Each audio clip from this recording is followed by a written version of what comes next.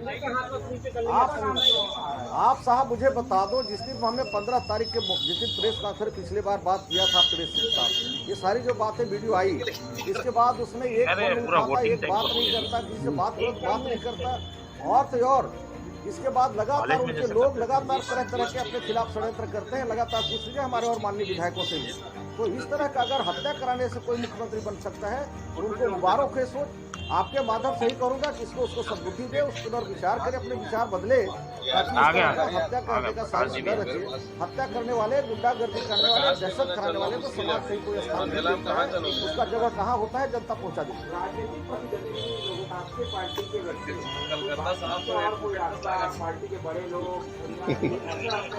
हमको यही तो बोल रहे हैं, हम तो यही जानना चाहते हैं। आपको याद होगा कि 99 में मेरा जब मुझे हम अपहरण किया था, जब पूरी रात मुझे नक्सलियों ने जम के चारों तरफ घेरे में रखा, बार बार प्रश्न पूछते थे, अंतिम में 4 महीने बोलने में एक ही बात पूछा था कि आप मुझे छोड़ोगे कि मारोगे मुझे नहीं मालूम, आपके कब्जे में मेरी हत्या होगी। लेकिन मेरे मरने के पहले मुझे इतना मेरी दोस्त है।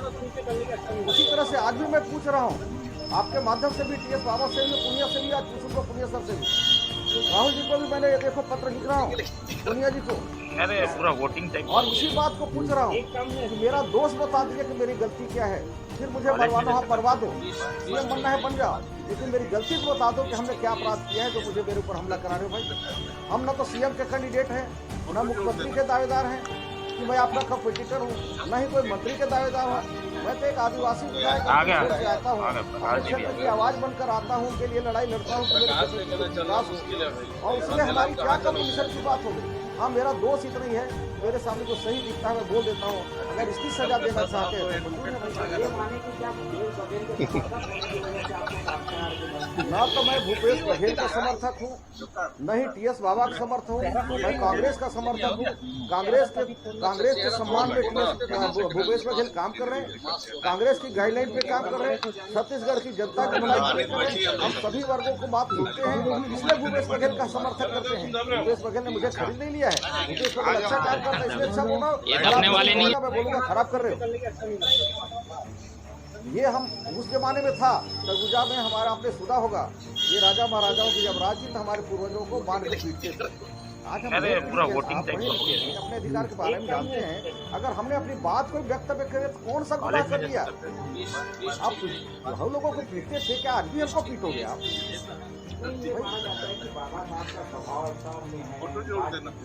हाँ, ये सब आपस की बातें हैं, पार्टी के अंदर की बातें हैं। अभी बहुत सौहार्दपूर्ण वातावरण में हम लोगों ने चर्चा की, विधानसभा की स्ट्रैटेजी के संदर्भ में गहन विचार विमर्श हुआ, और साथ मिलकर सब काम कर रहे हैं, साथ मिलकर सब काम कर रहे हैं। लेकिन ऐसी बातें सार्वजनिक करना, प्रेस कॉन्फ्रेंस करके करना और आप पर इतने गंभीर आरोप लगाना, ये क्या अनुशासनहीनता नहीं है?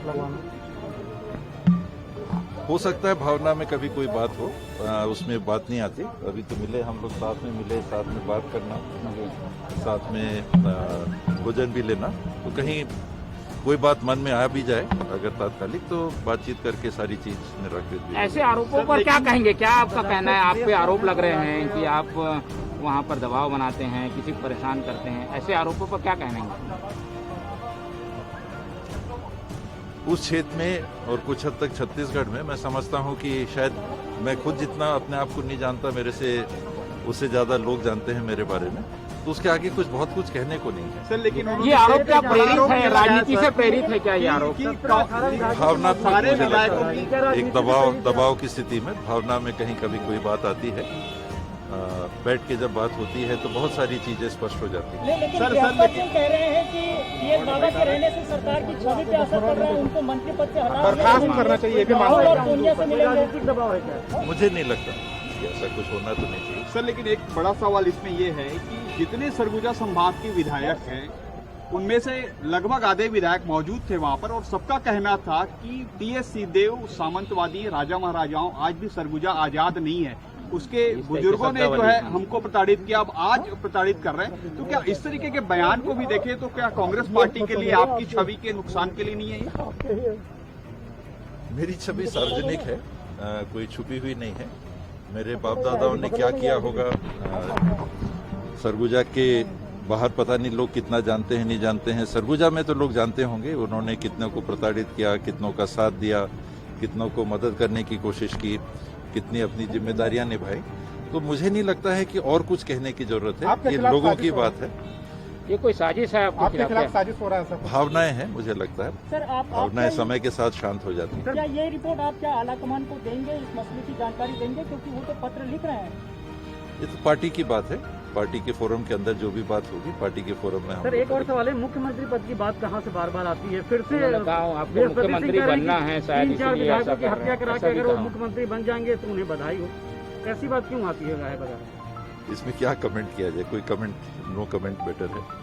मुझे तो मालूम भी नहीं क्या कहा क्या नहीं कहा, भावना में कभी कभी कुछ बात हो भी जाती है। सर अंदर खाने कुछ ना।